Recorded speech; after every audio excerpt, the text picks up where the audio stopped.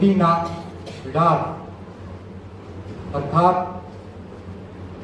गोंड समुदाय का रहिवास क्षेत्र गोंडी नाक बिडार, यह शुद्ध गोंडी शब्द है। कालांतर से बिडार, बिडार का बाद में विदर्भ हो गया, विदर्भ हो गया। तो ऐसे गोंडी नाक बिडार अर्थात विदर्भ के इस नागपुर महानगरी को 300 वर्ष पूर्व सभी समुदाय को बसाने वाले महंत उइके, बुलंदशाह उइके, उनको हम सेवा जोहर करते हैं। और हमारे विदर्भ के इस परिक्षेत्र के गोनाना पुलियाल शहीद वीर बाबूराव पुल्लेसूर सेरमा का, इनको भी अभिवादन करते हुए, और बगल का जो तेलंगाना राज्य है मावा नाट्य मावा राज अर्थात मेरे ग्राम में मेरा राज के भूमि कुमरा, इनको हम सेवा जोहर करते हैं। और इस महानगरी नागपुर में विश्व स्तरीय एक संशोधन हुआ था 2002 सन को, और आप देख रहे हैं स्क्रीन पर हेनरी लिपि का गोंडी में उद्घाटन, डिसाइफरमेंट ऑफ इंडस्ट्री इन गोंडी, इस परम संशोधन ग्रंथ के रचनाकार गुणवाना साहित्याचार्य मोती राम गंगाली, बाद में उनका कहना था कि मैं जड़ से जुड़ना चाहता हूं, इसलिए उन्होंने अपना साहित्य का नाम मोती राम गंगाली किया। तो उन सभी हमारे तेज शक्तियों को हम सेवा याद करते हैं। और बिंजानी नगर महाविद्यालय के समस्त शिक्षा वर्ग के सब प्राध्यापक वर्ग, छात्रा छात्राएं, और आज के इस सेमिनार में हमारे जो साथी है संजय जी गोरे, कामड़ी जी, गुरुदास कामड़ी जी, और राजेंद्र जी है, और आज के सेशन के जो चेयरपर्सन है उनको भी हम सेवा याद करते हैं, और आप सभी को भी सेवा याद करते हैं। तो विद्वान जनों, हमारा विषय है आज का development of industry in Gondi, अर्थात सिंधु घाटी में जो 1981 में मुद्राएं उत्खनन में प्राप्त हुई, तो उस मुद्राओं का वाल मतलब जब उसके फोटोग्राफ पूरे धरती पे चले गए, तो सभी भाषाविदों ने अपनी अपनी मातृभाषा में उद्घाटित करने का प्रयत्न किया, 50 से भी ज्यादा इंटरनेशनल लेवल पर, और हमारे भारतीय भी थे, लेकिन दुर्भाग्यवश किसी को भी सफलता नहीं मिली।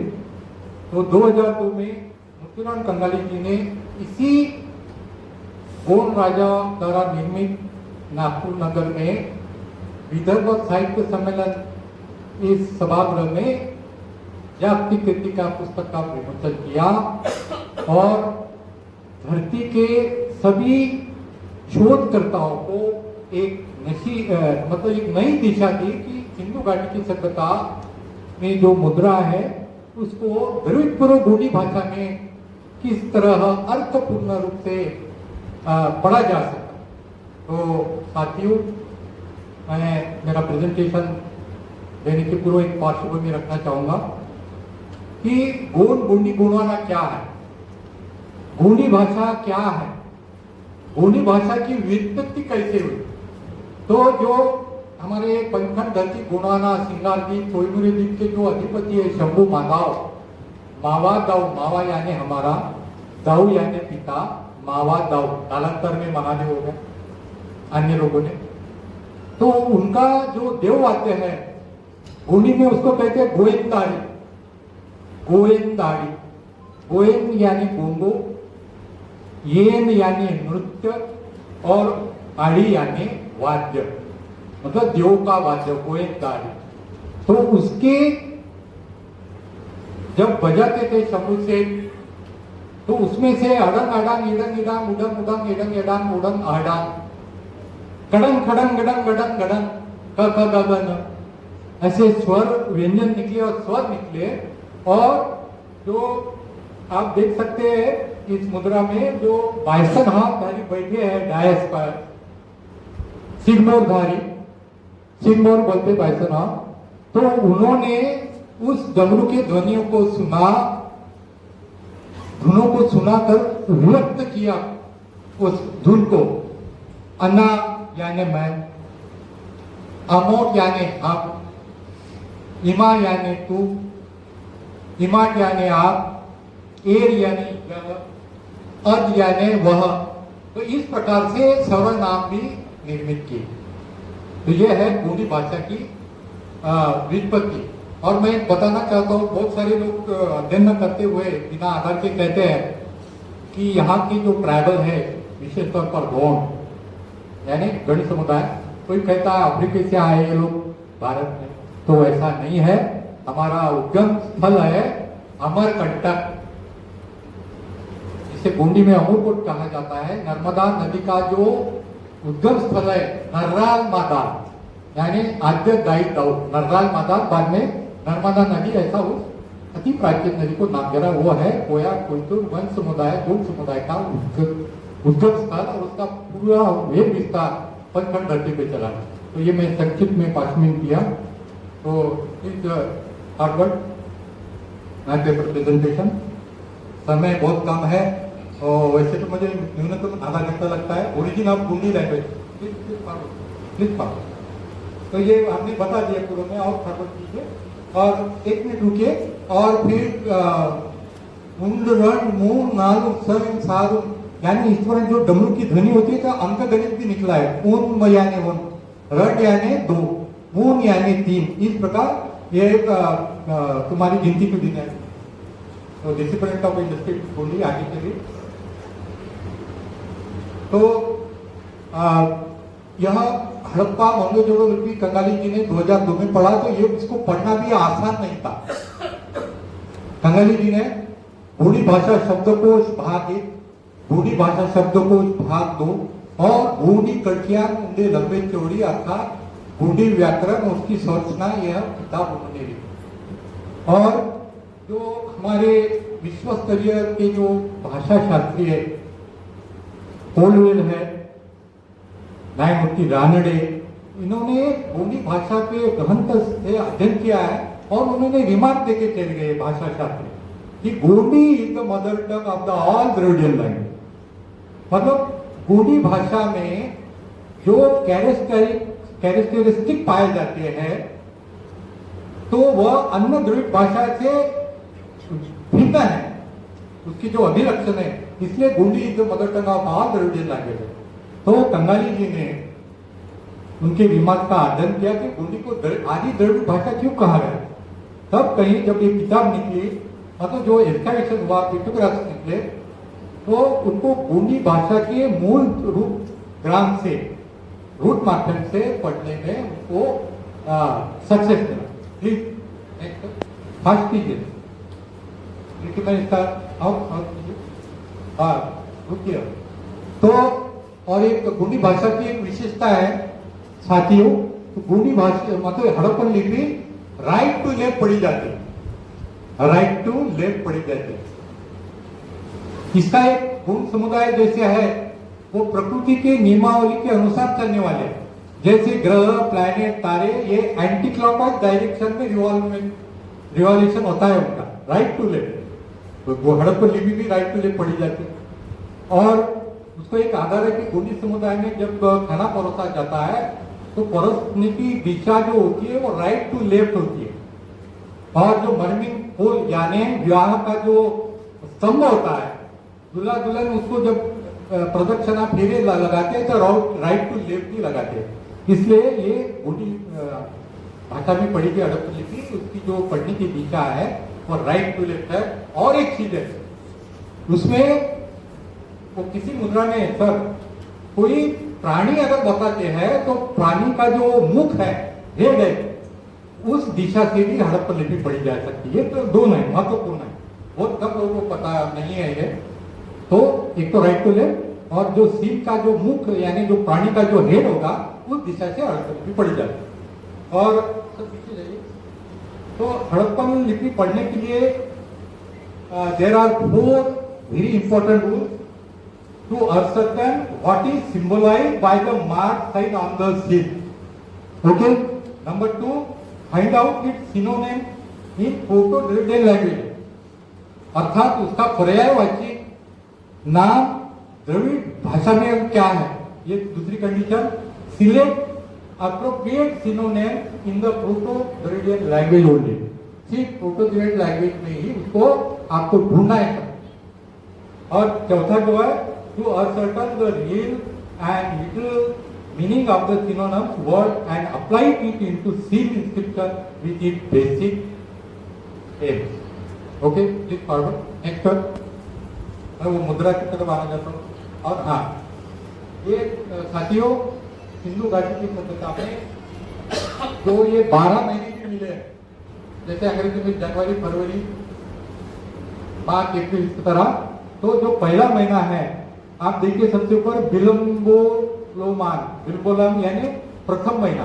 ध्यान से देखिए, जो वो धनुष्य है, बाण है, तो धनुष्य को बीज कहते हैं, और जो तीर है एरो उसको अम्ब कहते हैं। बिल अम्ब, और ये जो मैं हूं समझा आप है, तो ये आर चिन्ह कहा जाता है, मतलब मानवाकृति चिन्ह, मतलब वो कार्य और स्थिति दर्शाता है। वो कैसे पढ़ा जाएंगे? बिल अम्ब आर उमान, और वो स्टेम ऑफ व्हीट है, वो जो पैटर्न दिखाई दे रहा है विलंबोलमान, यानी हमारे जो पार्श्वी जो है नागपुर से, यानी हमारी पानी की देवता है विलंबोमान। कालांतर में भीमाल कर दिए उसको, कालांतर में भीषण भी कर दिया, मतलब वो पृथ्वी की देवता है, तो विलंबाल ऐसे पढ़ा जाता है। दूसरा है रंडोमान, मतलब 2 खड़ी लकीरें, और रंड यानी 2, 2, और वो ओमान है, ओमान यानी महीना, और स्टेम ऑफ व्हीट, ठीक है।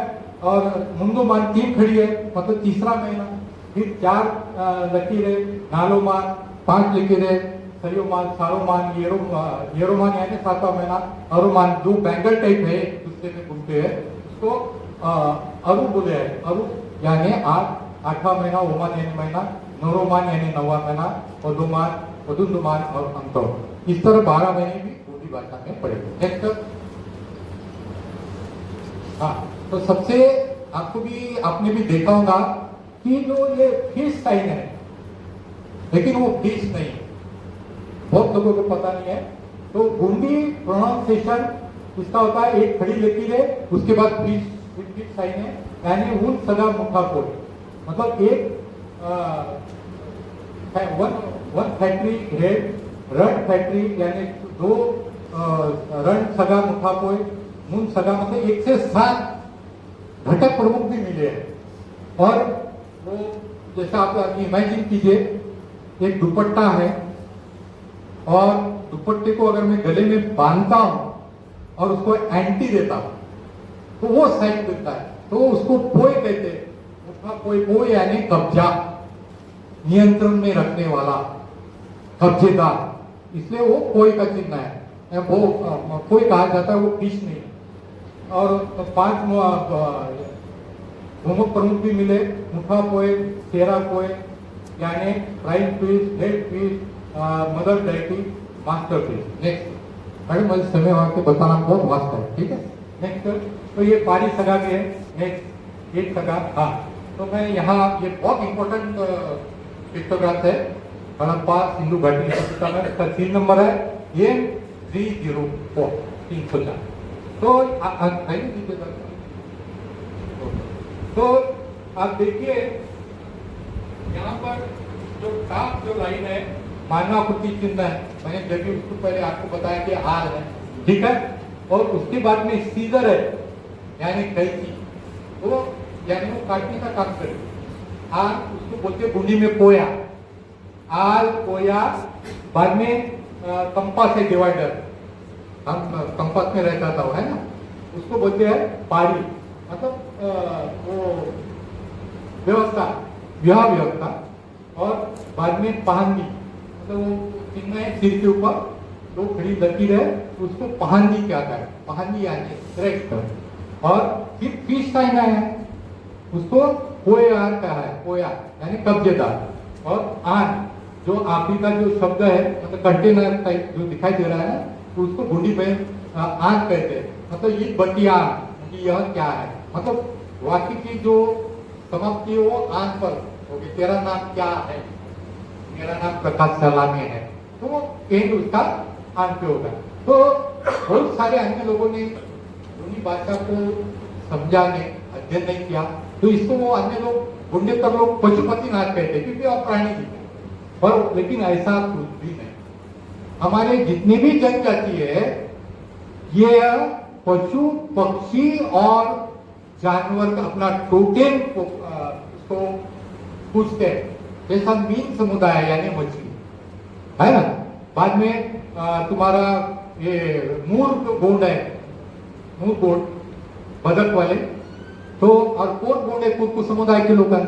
कोर का अर्थ होता है ये मुर्गा, तो यह कुल चिन्हों का अधिष्ठाता है, ऐसा उसका अर्थ होता है। वहां पर आप बाघ देख रहे हैं, मेरा सरनेम सलाने है, तो मेरा टोटेम पुलियान यानी बाघ है, ठीक है। येर में सरनेम रहते हैं गुंडों में, वो येर में यानी भैंस है। बाद में हाथी है, इनवा के सरनेम होता है, तो उनके कुल चिन्ह है। तो यह जो चिन्ह को पढ़ा गया कंगाल जी ने, आल कोया पारी पानी मुखा पोया, यह कोया पारी गुरु मुखिया है, मतलब कुल चिन्ह का आवंटन करने वाला यह है गुरु मुखिया के, वो पांजी पारी को पार ली। नेक्स्ट तो साथियों थैंक यू। तो इस संबंध में हमने कल से किताब यहाँ दालत रखा है, गोदी साहित्य संस्कृत किताब खरीद लीजिए। और आधा काम तो मैंने एग्जीबिशन भी लगाया है दालत में, उसको भी फोटो आप खींचिए, उसका आपका गोदी में भी और हिंदी में है। और मैं बहुत बहुत धन्यवाद देता हूँ संदीप जी को, जिन्होंने मुझे कांटेक्ट किया, सलामी जी आप मदरिए। और सिंधु घाटी की सभ्यता में जो मोरा जो मिले बुद्धिस्ट भाषा में पढ़ा है, उसका आप आके बताइए। बहुत बहुत धन्यवाद। Thank you, sir. Now I would like to invite Dr. Sanjay Gore, sir, for the paper presentation.